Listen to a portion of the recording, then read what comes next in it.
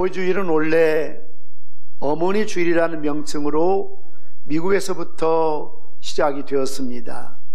미국 버지니아 주에 있는 웹스터 교회에서는 이 교회 주일학교에서 26년 동안 꾸준히 봉사해온 자비스라는 부인이 계셨습니다. 훌륭한 주일학교 교사였던 그녀가 나이가 들어서 세상을 떠나게 되었는데, 그녀의 가르침을 잊지 못한 제자들이 선생님인 자비스 부인을 기념하기 위한 추도 예배를 갖기로 했습니다. 그래서 그들은 멀리 사는 자비스 부인의 딸을 추도식에 초청을 했습니다. 뜻밖의 소식을 접한 자비스 부인의 딸인 안나는 기쁜 마음으로 그 초대에 응했습니다. 추도 예배가 있던 날 식순의 하나로 안나에게 어머니인 자비스 부인에 대하여 이야기할 기회를 주었습니다. 그때 안나는 그의 어머니 자비스 부인이 주일학교 학생들에게 제5계명인 내 부모를 공경하라는 성경 말씀을 가르치면서 어머니의 위대한 사랑에 감사할 수 있는 구체적인 방법을 늘 생각해 보라고 했던 것에 대해서 이야기를 했습니다. 그녀는 이렇게 말하고 나서 어머니를 생각하며 카네이션을 추도 예배 드리는 강단에 바쳤습니다. 추도식에 모였던 사람들은 자비스 부인의 가르침을 기억하고 실천하는 안나의 말과 태도에 크게 감동을 받았습니다. 그래서 추도식에 참석했던 사람들은 이날을 어머니 사랑을 기리는 날로 정할 것을 그 자리에서 결정했습니다. 이를 계기로 시작된 어머니날 운동은 특히 부인들의 지지를 받으면서 다른 교회로, 다른 지역으로 널리 퍼져 나갔습니다.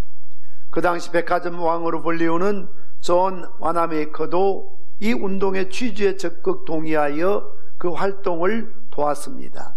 그는 1908년 5월 둘째 주일에 자신이 경영하는 백화점에서 어머니의 사랑에 감사하는 모임을 주최하기도 했습니다.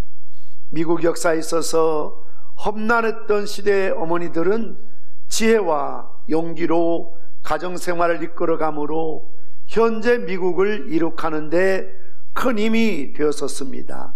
따라서 미국인들에게 어머니날 운동은 금세 관심의 대상이 될 수 있었던 것입니다. 이러한 사회 여론이 형성되자 1914년 미국 국회는 5월 둘째 주일을 어머니 주일로 정하여 이날을 기념일로 지키기로 결정하였습니다. 어머니 주일은 그 후에 가정에서의 아버지의 역할 또한 중요함이 강조되면서 그 명칭이 어버이 주일로 바뀌어 현재 이르기까지 계속해서 지켜지고 있습니다. 우리나라에서는 본격적으로 어버이 주일이 지켜지기 시작한 것은 1930년 6월 15일 구세군에 의해서 어머니 주일을 지키면서 시작이 되었습니다. 초대 대통령이었던 이승만 대통령은 어머니 주일의 정신을 일반 대중들에게도 전한다는 의미에서 5월 8일 1955년 그때는 어머니 주일이라고 제정을 해서 공포했습니다. 그 후 교회에서는 1960년 어머니 주일을 어버이 주일로 개칭하여 어머니뿐만 아니라 아버지의 은혜도 기르는 날로 삼았으며 그 이후 1974년에 이르러 정부에서도 어머니 날을 어버이날로 개칭하여 오늘까지 지켜오고 있습니다. 이런 이유로 인해서 우리나라에서는 어버이 주일은 일반인들도 기념일로 함께 지켜지고 있는 것입니다. 지난 주일에는 어린이 주일의 유래에 대해서 말씀을 드렸습니다. 어린이 주일이든 어버이날이든 어린이날이든 그 시작이 모두 교회에서 시작되었다는 사실입니다. 처음에는 한두 교회 지켰지만 이것이 여러 교회로, 또 이것이 사회로, 그래서 국가에서, 국회에서 이날을 법정 공휴일로 제정해서 지켜오고 있는 것을 볼 수가 있습니다. 어버이 주일의 풍습으로 가장 대표적인 것은 부모님의 가슴에 빨간 카네이션을 달아드리는 것입니다. 감사의 꽃이라는 카네이션을 어버이 주일을 유래케 한 자비스 부인이 좋아했던 꽃이라고 합니다. 그래서 자비스의 부인의 딸인 안나가 어머니의 추도 예배 때 그 꽃을 바쳤던 것을 지금까지 유래로 지켜오고 있습니다. 원래 카네이션은 부모님의 사랑권에 감사하는 자녀들이 자신의 가슴에 단 것이 시초입니다. 그래서 부모님이 살아계신 분들은 빨간 카네이션을, 또 부모님이 돌아가신 분들은 흰색 카네이션을 가슴에 달고 부모님들의 은혜를 기억하며 감사드렸던 것을 볼 수가 있습니다. 그러나 자녀들의 가슴에 달았던 카네이션을 부모님의 사랑에 감사하며 정성껏 섬기겠다는 정신으로 부모님의 가슴에 달아드리기 시작을 했습니다. 아무리 시대가 편리주의로 되고 돈봉투 위주로 흘러갔다 치지만 그래도 우리가 지켜왔던 아름다운 전통은, 우리 조상으로부터 물려받은 이 숭고한 전통은 계속해서 교회가 중심이 되어서 계승되어지고 발전되어야 될 줄 믿습니다. 왜냐하면 효는 모든 사회도덕의 기초가 되기 때문에 그렇습니다. 십계명 가운데 다섯째 계명은 내 부모를 공경하라, 그리하면 내 하나님 여호와가 내게 준 땅에서 내 생명이 길리라 말씀하고 있습니다. 십계명은 본래 두 돌판에 나누어져 있습니다. 첫 번째 돌판은 인간과 하나님 관계를 다룬 4개의 계명이 기록되어 있습니다. 둘째 돌판은 인간과 인간과의 관계를 다룬 6개의 계명이 새겨져 있습니다. 이 둘째 돌판의 첫 계명이 내 부모를 공경하라입니다. 그래서 에베소 6장 2절 말씀에서는 내 아버지와 어머니를 공경하라, 이것은 약속이 있는 첫 계명이라고 말하고 있습니다. 인간 사회에서 있어서 가장 중요한 첫 번째 단추는, 첫 번째 일은 부모를 공경하는 것입니다. 왜냐하면 사람이 살아가는 데 있어서 가장 필요한 계명이 까닭에 그렇습니다. 우리가 사는 세상은 계속해서 변하고 있습니다. 인심도 변하고 생활 양식도 변하고 풍습도 변합니다. 그러나 변하지 않는 것도 있습니다. 정해진 계절은 변하지 않습니다. 겨울이 지나고 봄이 오고 이제 여름의 문턱을 향해서 우리가 살아가고 있지 않습니까? 물은 섭씨 0도에서 얼고 섭씨 100도에서 끓는 것은 과거나 지금이나 미래에 절대 변하지 않는 불변의 자연 법칙이지요. 마찬가지로 도덕의 근본 원리도 변하지 않습니다. 자식과 부모 간에 유지되어야 할 관계가 도덕률 제1법칙, 그것은 내 부모를 공경하는 자녀가 되어야 한다는 것입니다. 사람이 태어나서 제일 먼저 맺는 인간관계가 부모와 자녀 간의 관계입니다. 부모는 사랑과 희생으로 자녀를 양육합니다. 그렇기 때문에 자녀는 마땅히 부모에게 순종하고 공경해야 합니다. 우리가 이 관계를 옳게 가져야 다른 사람과의 관계도 옳게 가질 수 있기 때문에 그렇습니다. 따라서 부모를 공경하는 것은 사회 질서의 기초가 되는 것입니다. 부모를 공경하라 의미는 부모뿐만 아니고요, 윗사람까지도 공경하라는 뜻이 내포되어 있습니다.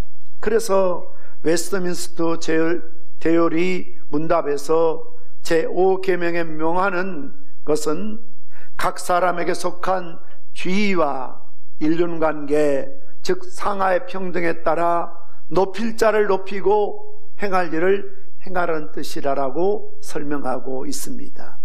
로마서 13장 7절 말씀처럼 두려워할 자를 두려워하고 존경할 자를 존경하라는 것입니다. 그래야만 사회 질서가 유지됩니다. 이것이 없을 때는 사회는 무너지고 혼란이 오고 무법천지가 될 수밖에 없습니다. 현대 사회에서는 존경할 사람이 없다고들 합니다. 그리고 윗사람을 공경할 줄도 모릅니다. 이것은 모든 도덕 근간이 되는 부모 공경의 의식이 희박해졌기 때문에 그렇습니다. 이처럼 불행한 일은 없습니다. 자녀가 부모에게 순종하고 공경할 줄 알 때에 학교에서는 학생이 선생님을 존경할 수 있습니다.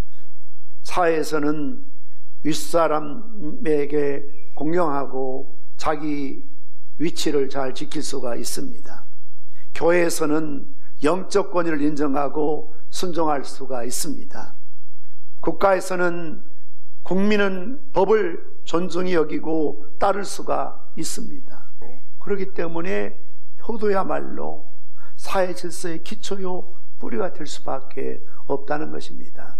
뿐만 아니라 자녀가 부모를 공경하는 것은 신앙생활의 첫 열매가 된다는 것입니다. 부모와의 바른 관계는 하나님과의 바른 관계가 가지는 사람의 생활의 첫 열매입니다. 예수를 잘 믿는다, 믿음이 좋다, 교회 다닌다, 정말 신앙이 제대로 된 사람이라면 그것이 허구적이거나 추상적이지 않습니다. 왜냐하면 요한일서 4장 20절 21절 말씀처럼 누구든지 하나님을 사랑하노라 하고 그 형제를 미워하면 이는 거짓말하는 자니 보는 바 그 형제를 사랑하지 아니하는 자는 보지 못하는 바 하나님을 사랑할 수 없느니라. 눈에 보이는 형제를 사랑하지 못하면서 보이지 않는 하나님을 사랑할 수 있겠습니까?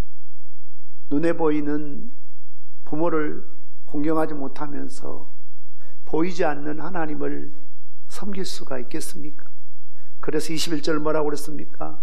우리가 이 계명을 주께 받았으니 하나님을 사랑하는 자는 또한 그 형제를 사랑할지니라. 스스로 속지 말라고 그랬습니다. 정말 여러분들이 하나님을 사랑하신다면 그 열매가 있어야 되는데 첫 번째 열매가 어디에 열려야 됩니까? 가정에서부터, 집안에서부터. 그래서 부모를, 남편을, 자식을, 또 형제나 이웃을 사랑하고 존중하는 열매가 있어야 돼요. 이 열매가 없다면 전부 거짓이고 가짜라는 것입니다. 잘못된 것이라는 겁니다. 이단들은 가정을 파괴시켜버립니다. 잘못되었기 때문에 그렇습니다. 눈에 보이는 육신의 부모를 섬길 줄 모르면서 눈에 보이지 않는 하늘 아버지를 섬긴다는 것은 말도 안 되는 것입니다. 그래서 참 신앙은 부모 공경으로 나타나야 될 줄 믿습니다. 누가복음 2장 51절 말씀처럼 예수께서 함께 내려가사 나사렛에 이르러 순종하여 받으시더라.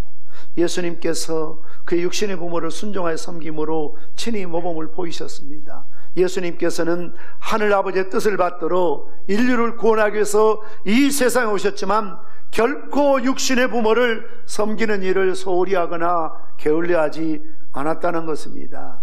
심지어는 마지막 인류를 구원하기 십자가에 살찌고 피 흘려 죽으실 때에도 애통하며 울고 있는 어머니 마리아를 기억하시고 요한에게 부탁하셨던 것을 볼 수가 있습니다. 모든 성도들도 모두 부모를 대함과 같이, 주님께 대함과 같이 부모를 대하는 참 신앙의 모습을 간직해야 될 줄 믿습니다. 그렇다면 자녀된 의무가 무엇이겠습니까? 부모에 대한 자녀의 도리가 무엇이겠습니까? 효를 세 가지로 생각할 수 있습니다. 첫째는 효심입니다. 효심이란 부모에게 고마움을 갖는 그런 마음입니다. 마음에서부터 시작되는 겁니다. 부모님이 베풀어 준 은혜를 기억하고 감사한 마음이 있어서 입으로 고맙습니다, 감사합니다, 사랑합니다, 존경합니다, 이런 말들 여러분 집에서 해야 돼요. 요즘 공익광고에 나오는 여러분 광고 보셨죠? 애인 생일은 100일째다, 150일째다, 꽃 사고 챙기고 하면서 저것마 생일은 엄마 오늘 생일이야? 기억나시나요? 회사에서 좀 늦으면 죄송합니다, 늦어서 죄송합니다 하는데 엄마한테 늦는 것은 예사롭게 생각하고 뭐 때문에 나왔느냐고 그렇게 도박하고, 다른 사람 조금만 뭘 줘도 고맙다 감사하다 표현하면서 커피 한 잔 공짜로도 먹어도 아이고 고맙습니다 하면서 평생 밥 얻어 먹으면서 고맙습니다, 땡큐 감사할 줄 모르고, 평생 용돈 주고 학비 주고 생활 대책 세워주면서도 고마워할 줄 모르는 그런 참 불량한 자녀들이 많이 있지 않습니까? 부모님의 은혜를 알지 못한 사람은 입만 열면 부모를 원망합니다.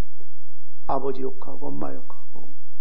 원망하는 이유는 신체적인 이유가 있습니다.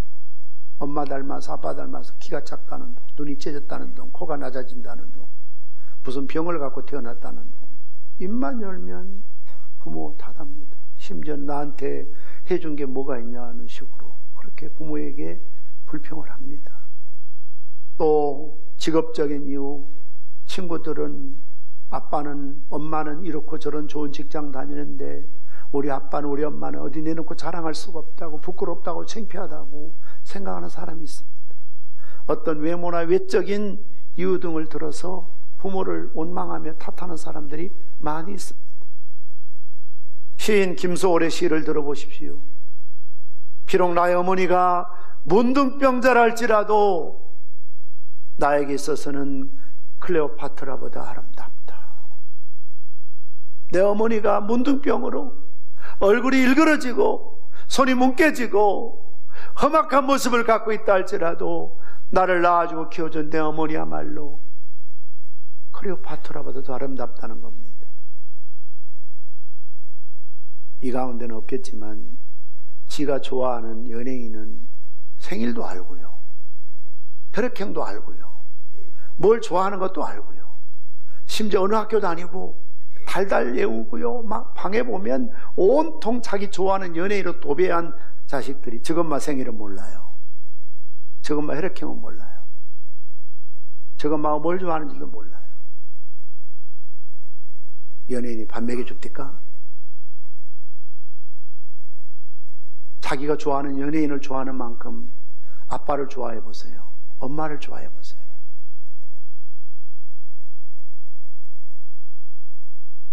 효도하려면 부모님의 심정을 알아야 됩니다. 이 세상에서 부모님만큼 우리를 사랑하고 우리를 용서하고 우리 허물과 실수에 대해서 그렇게 참아주시고 참아주신 분이 어디 있습니까? 다른 사람 같으면 두 번 볼 필요가 없죠. 등 돌리면 그만이죠. 철저히 원수가 되겠지. 그래도 아버지이기 때문에, 어머니이기 때문에, 자식이기 때문에 포기하지 못하는 겁니다. 내치지 못하는 겁니다. 유대인의 지혜서인 탈무드에 이런 이야기가 나옵니다. 하루는 하나님이 가브리엘 천사에게 인간 세상에서 가장 아름다운 세 가지를 가져오라고 그랬습니다. 그러자 가브리엘은 정말 환하게 피어있는 꽃 한 송이, 어머니 품에 웃고 있는 아이의 웃음, 부모님의 변함없는 사랑, 너무나 아름다워서 하나님께 가지고 올라갔습니다. 가는 동안에 꽃은 금방 시들었습니다. 아이는 성장해서 그렇게 천진난만하고 밝고 아름다웠던 미소가 이제는 변해버리고 없습니다. 그러나 부모님의 사랑만큼은 어릴 적에나 청년 때나 과거나 지금이나 내가 잘 나갈 때나 못 나갈 때나 내가 성공할 때나 실패할 때나 여전히 변하지 않는 부모의 사랑만이 영원했다는 이야기가 있습니다. 효심입니다. 마음으로부터 부모님에 대해서 감사하는 마음, 고마워하는 마음 품고 살아가야 될 줄 믿습니다. 두 번째는 효도입니다. 효도라는 뜻은 자식들이 어버이를 공경하고 잘 섬김, 또는 자식들이 어버이를 공경하고 잘 섬기는 도리라고 말합니다. 효도란 부모의 말씀과 타이름에 순종하는 것을 뜻합니다. 정말 가라면 가고 오라면 오고 앉으라면 앉고 하라면 하고 하지 말라면 하지 말고요. 이게 효도거든요. 오늘 잠언 1장 8절 말씀처럼 내 아들아 내 아비의 훈계를 들으며 내 어미의 법을 떠나지 말라. 에베소 6장 1절 말씀처럼 자녀들아 주 안에서 너희 부모에게 순종하라. 이것이 옳으니라. 효도는 하나님의 지상 명령입니다. 공자는 효를 인간의 근본이라고 그랬습니다. 어느 날 공자에게 자유라는 제자가 효에 대해서 물었더니 공자는 봉양만 잘하는 것이 효도가 아니라 부모를 공경하는 것이 효도라고 그랬습니다. 황새나 까마귀는 어미가 늙게 되면 죽을 때까지 자기 둥지에 갖다 놓고 먹이를 먹인다고 하지 않습니까? 미물의 짐승들도 그러는데 하물며 만물의 영장이라는 인간이 부모를 내다버리고 부모를 저버리고 등지고 살아서야 인간이라 할 수가 없겠지요. 인류의 가장 오래된 하무라의 법전은 부모를 구타한 자는 그 손을 잘라버리고 방탕한 자는 상속을 빼앗고 재차 범죄한 자는 애구로 추방하라고 그랬습니다. 성경은 이보다 더 엄격한 법을 말씀하고 있습니다. 아비를 존경하지 않거나 싫어하는 자는 그 눈을 골짜기 까마귀에게 쪼이우고 독수리 새끼에게 먹이라고 하였으며 부모를 치는 자와 저주하는 자는 반드시 죽이라고 성경은 명령하고 있습니다. 동서고금을 막론하고 불효하는 자는 환영받지 못했으며 죽음에 이르는 저주를 받았던 것을 볼 수가 있습니다. 마지막 세 번째는 효행입니다. 효행이란 뜻은 부모를 효성으로 잘 섬기는 행실입니다. 효행이란 선수 부모의 은공을 생각하고 보답하며 가까이 모시고 봉양하는 행위를 가리키는 것이지요.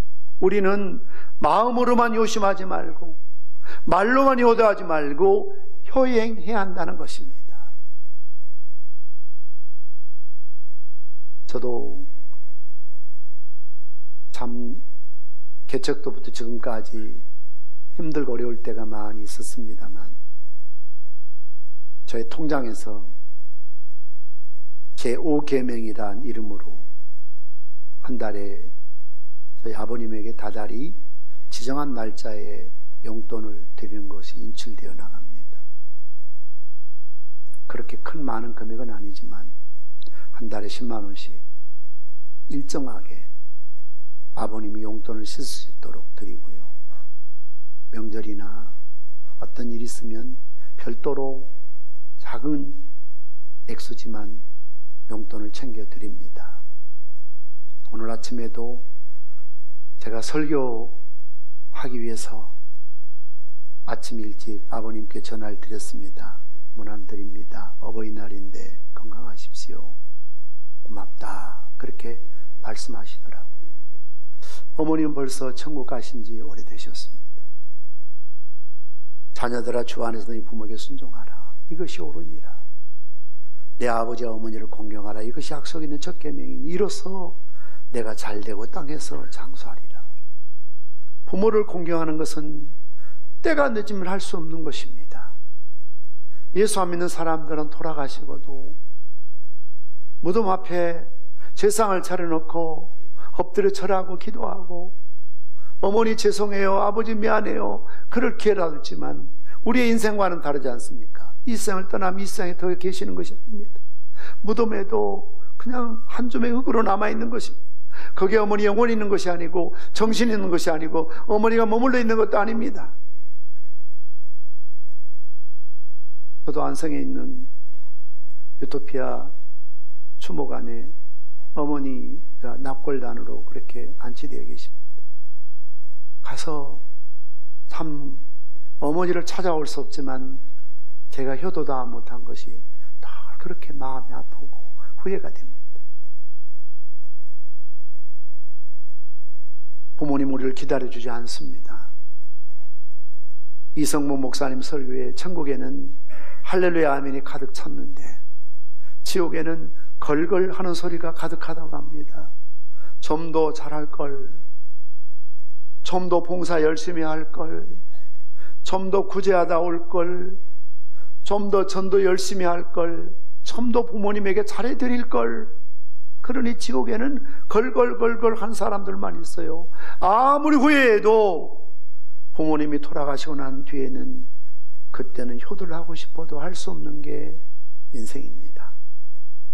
부모님을 공경하는 것은 기회가 지나가면 할 수 없습니다. 그렇기 때문에 지금 해야 한다는 것입니다. 살아계실 때 해야 한다는 겁니다. 혹시 부모님이 안 계신 분들은 우리가 부모를 공경하라 이 말은 내 부모뿐만 아니라 내 교회 안에, 이 지역 안에 아버지 같은 분, 어머니 같은 분, 할머니 같은 분, 할아버지 같은 분, 어르신들이 많이 계시잖아요. 우리가 노인대학을 지금까지 하고 있는 것도 교회 안 다니시더라도 성경은 예수 믿는 사람만, 교인들만 부모가 아니고 윗어른은 우리 이상 연배되신 분들은 다 형님이고 어른이고 부모님이고 아버지고 어머니잖아요. 그분들을 잘 섬겨 드려야 한다는 것이죠. 여러분들이 노인대학 오셔서 봉사하실 때 거북함, 의무감 억지로 하지 마시고요. 특히 우리 심우 권사님들 내 아버지 섬기듯이 내 어머니 섬기듯이 정말 이 땅에 우리가 해야 될 일이 부모를 잘 섬길 때 내 친부모뿐만 아니라 윗어른을 잘 공경할 때 반드시 하나님께서 약속하신 그 축복을 허락해 주실 줄 믿습니다. 오늘 본문의 말씀처럼 여호와를 경외하는 것이 지식의 근본이거늘 미루는 자는 지혜와 훈계를 멸시하느니라. 이어서 뭐라고 합니까? 내 아들아 내 아비의 훈계를 들으며 내 어미의 법을 떠나지 말라. 그러면서 이는 내 머리에 아름다운 관이요 내 목에 금사슬이니라 라고 말씀하고 있습니다. 우리가 부모를 공경하고 부모 말씀대로 살아갈 때에 그것이야말로 내 머리에 아름다운 면류관이 되고 내 목에 금사슬이 될 줄 믿습니다.